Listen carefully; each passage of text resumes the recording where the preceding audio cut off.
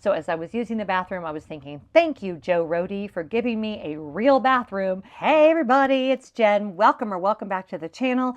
Today, I am bringing you my complete review of Lighthouse Point at Lookout Cay, which is Disney's new resort on the island of Eleuthera in the Bahamas. I hope you enjoy my perspective. It may be different than what you're expecting. If you have a trip planned there soon, I'm hopefully going to give you some tips and tricks that will help you.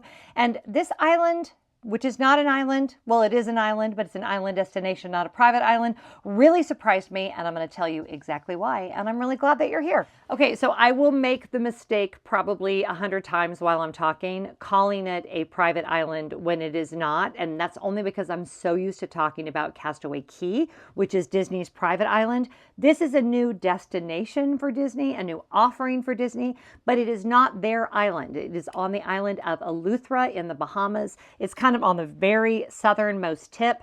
It does feel like you're on a private island. If someone told you it was a private island, you would believe them because you're so away from everything else on the island of Eleuthera, but it is not a private island. So apologies in advance if I accidentally say that. Also apologies in advance if I call it the wrong thing. I'm going to call it Lighthouse Point. That's what they called it on the bus. That's the easiest thing for me to remember. So yeah, that's what we're going to talk about today. We sailed on the Disney Magic. It was a 3-night sailing. I'm going to do a whole separate video where I'm going to talk about where we stayed in Fort Lauderdale and my overall impressions and review of the Disney Magic. I had not sailed on that ship since 2019. We had a great time, but I do have some thoughts and some things you might want to consider, especially in light of the newer ships. So I'll be talking about all of that in a future video. It's actually really good to just be chatting about something fun and Disney, because I feel like my last few videos, as I've been sharing about our journey with my mom, have been kind of intense. I'm proud and privileged to be able to bring you guys that content. I feel like it's important content. It's a way that I definitely want to use my platform. Having said that, sometimes you just want to talk about fun and frivolous things, and not that a Disney cruise is frivolous, mind you. It's very serious work. We had such a good time, and even though it was only 3 nights, which rude, like I was just starting to get relaxed, and I don't think I'll do a 3-night cruise again, we really did have a good time. So I'll talk to you more about that in a future video. But we're going to focus on Lighthouse Point. So if this is the first time you're hearing about Lighthouse Point, which I kind of doubt because you are watching this video for a reason, Disney now has 2 private resort areas. They have Castaway Cay, which they've had for a very long time, which I adore. I've been to many times. And this new offering, Lighthouse Point, which is, again, not a private island, but is a private resort area. So it's kind of like the Bimini Beach Club if you have sailed Virgin, although way nicer than the Bimini Beach Club. And when the sailings first started going out, many YouTubers were very awesome to give extremely honest reviews, which I really appreciated. Just to be clear, Disney did not pay me to go on this cruise. We paid for it with our own money, so that all these opinions are totally my own, not influenced at all. But there were 2 major issues and then kind of a third issue that came up in a lot of the videos that I watched. The first one was the half-mile walk from the ship onto the island, which I totally understand, having done it, why people were saying this is an issue, because it is an issue and something you want to be aware of if you're going to go. The second issue were the flies on the buffet. So I did go check that out. To be fair, we did not eat at the buffet because your girl does not do buffets. I just can't. I don't like them anyway. I really don't like them outside, and I don't generally eat on Castaway Cay. I have eaten on Castaway Cay, but my last 2 sailings, I don't even do that. I prefer to eat on the ship. And then the third thing was some of the disability and accessibility problems, which I will address that as well, because there were a couple things I saw that were improvements over what my friends Imaginary Lemons had experienced. And if you are someone who is either traveling with someone with a disability, or if you have a disability yourself, I would definitely check out their channel. They do great content specific to people who are wheelchair users, and I really find their content very helpful. I like to watch their content even as someone who doesn't need accessibility services, because I think it just gives me a little bit better perspective and a lot more empathy for what that experience is like for cruisers that have disabilities. So definitely check out their channel. I'll put a link to it right here. So let's start at the very beginning with the walk from the pier. So here's the thing. Yes, it's a half mile. If we had had direct sun, I probably would feel differently about this, but for me, it was not a big deal for a couple of reasons. Number one, I walk about an hour a day, about 3.5 to 4 miles with my dogs. So the distance of the walk for me was not a big deal. If a half-mile walk is a problem for you, you want to know your options going in. Obviously, you don't have to go to the resort, although that would be a shame because it is very beautiful.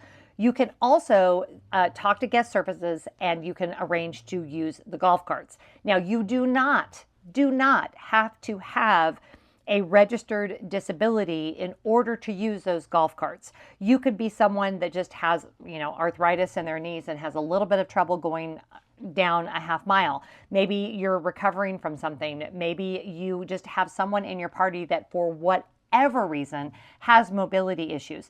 You don't need, it's not like the disability access system at Disney. Anybody can go and say, hey, my mom has a little trouble walking. Can we please use the cart? We did see several people very concerned about elderly relatives. That is a great opportunity to ask if you can please have the cart. I don't think they're turning anyone away who asks for that. Obviously, if you're perfectly capable of comfortably walking a half mile, you shouldn't ask for that because then you're taking that from someone that would need it. But you absolutely can ask to use one of those. I know in particular, some of my elderly relatives have been very self-conscious about asking for any kind of accommodations. So that might be, if you're traveling with an elderly relative, that might be a really great conversation to have in advance so that they don't have a lot of attention drawn to it, so that you can be discreet and all of the things. So that's something to be aware of. Also, if you have a toddler, I would absolutely bring your collapsible stroller. It is cement, so you won't have any trouble with your collapsible stroller, but like I saw one mom and dad trying to walk with their 3-year-old, and I was like, oh no ma'am, that is just not going to work. And imagine if it might be challenging on the way out, how is it going to be on the way back? So definitely bring your collapsible stroller, or you can grab one of the wagons that they have by the ship, and you can stick your gear and your kid in the wagon, and you can take them all the way into where the tram stop is. So there are options. The other thing I would say is I personally did not wear my flip-flops for the half-mile walk. I get blisters very easily. I need good quality footwear if I'm going to walk like that. So I wore my tennis shoes on the pier, and then I switched into my flip-flops while we got to the beach. Scott didn't want to do that. He wore his flip-flops. He was fine, but I think my feet are just babies or something. I really wanted my regular exercise shoes for the half-mile walk, and that ended up working out beautifully. So no problem. If you're someone who doesn't want to ask to use the cart and you have mobility issues, I would say this might be a destination that you want to skip. Castaway Cay is far more accommodating in that there is a tram from pretty much the moment you get off the ship all the way into everything that you would need on Castaway Cay.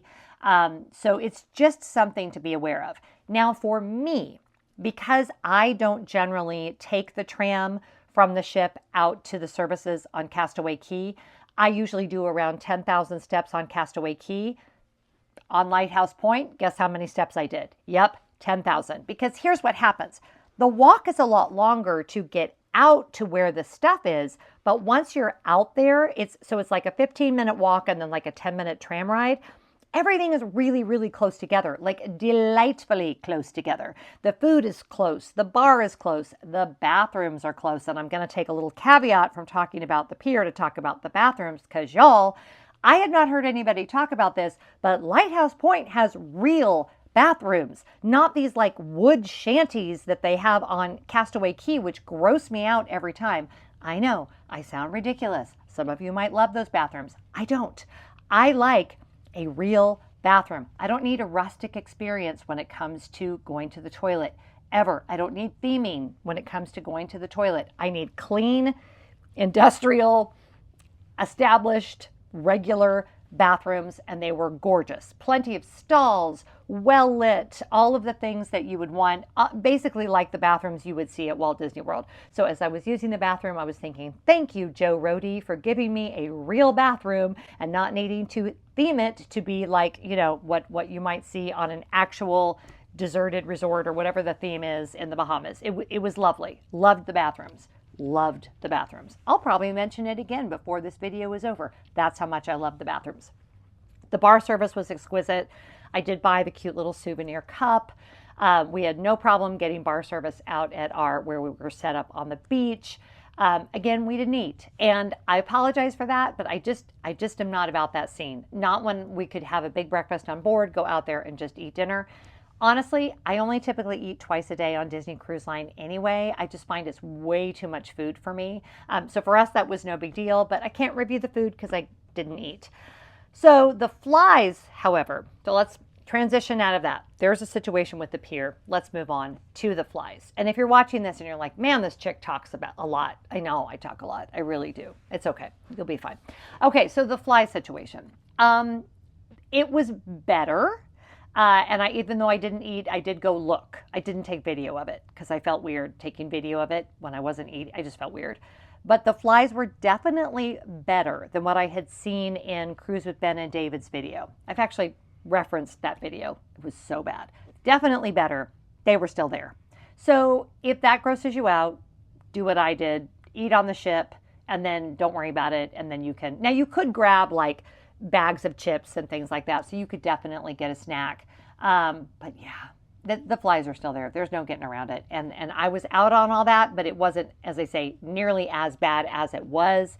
And they are really trying. I had a conversation with a cast member about it, and it's like, you have to be careful because yes, you want to get rid of the flies, but you also don't want to kill all the other insects on the island. Like there's a tipping point, right? We are in a natural environment and you have to be aware of that.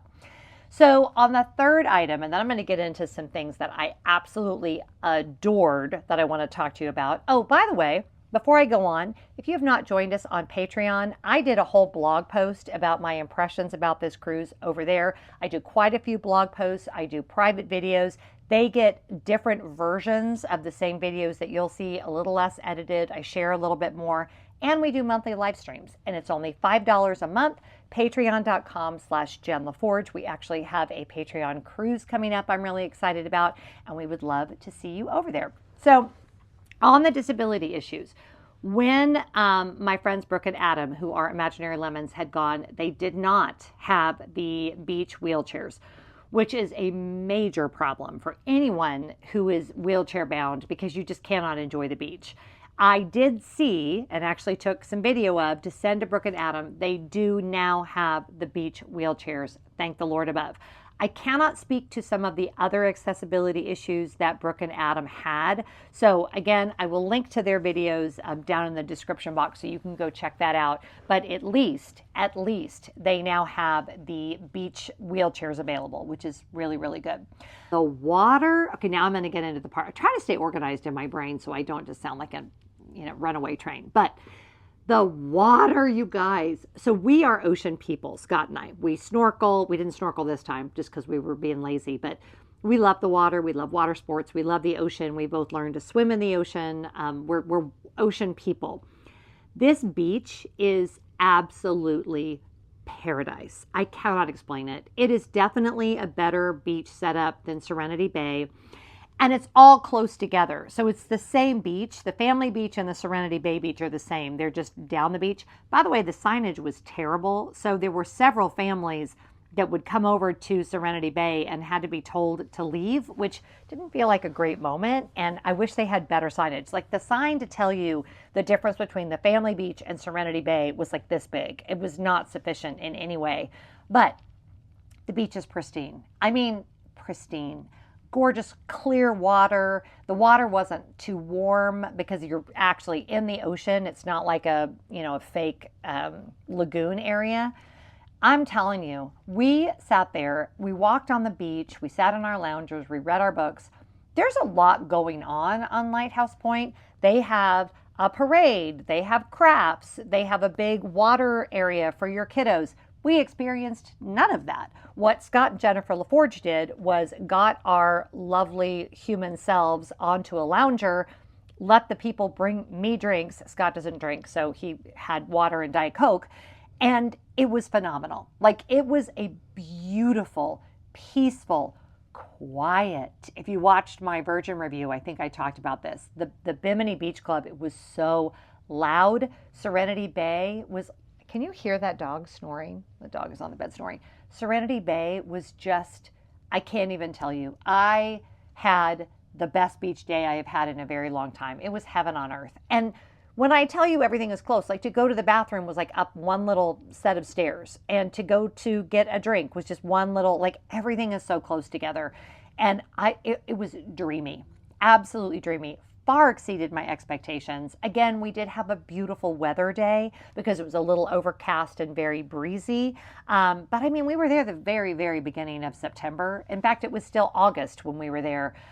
So I don't know, you guys, I absolutely loved it. Like, I am scheduled to go back in March, and I cannot wait to go back. I found it so much more relaxing than Castaway Cay, aside from just dealing with that walk. And so for me, none of the negatives were enough to make me not want to go back there. My next sailing, we're actually doing both Castaway Cay and Lighthouse Point, but dreamy. And we were out there, Castaway Cay normally 3 or 4 hours and I'm ready to go back. We were out there like 6 hours, I think. We could get off the ship at, I believe, 10:15, 10:30, much later than other sailings I had heard of. And we didn't have to be back on board till 5:30. And Scott and I stayed out there till, I don't know, maybe 4 o'clock, 3:30, 4. Like, it was that much fun. Part of me staying out there so long too was the fact that all the amenities were so close that you really could just like set up your little area and dreamy. Now, as far as crowds, the Magic is the smallest ship, so there were plenty of open loungers, open seating, available umbrellas. I mean, we saw so many empty chairs. I think it might feel a little bit more crowded on one of the bigger ships, but I had talked to friends who had been on a Wish sailing, so a lot more people, and said it still didn't feel very crowded. So they've done a good job of spreading things out so that there's plenty of places to go. There was no like fighting for chairs. You didn't have to reserve a chair super early. We didn't even get off until like, what did I say? We could get off at 10:30. I think we got off at like 11. But you don't need to like be the first ones out there to get a chair. It's nothing like that. And the landscaping and the way that the boardwalks are so that you can walk on the boardwalk instead of in the sand. I can see the vision for the landscaping. It's starting to even bloom and look beautiful. I think in 5 years, that is going to be absolutely spectacular. They've done an excellent job. The architecture is cool. The way the buildings are is cool. When I'd watched other YouTubers' videos, I feel like I thought that they had kind of cheapened out from what we had seen in the sketches. Oh, no, ma'am. It was beautiful, and I cannot wait to go back. So if you were concerned about the walk, hopefully this has given you information that you need to be empowered. It is delightful. It is a delightful way to spend a day. Go out there prepared, wear the proper footwear, be ready for the sun. I always wear a rash guard because that's going to be a big issue. And I think you're going to love it. I really did. So yeah, so be looking for my video about my review of the Magic. That will come up very soon. And I hope whatever you're doing today, you are finding joy. If you liked this video, please think about subscribing to the channel and give this video a big thumbs up. And I will see you in the next one.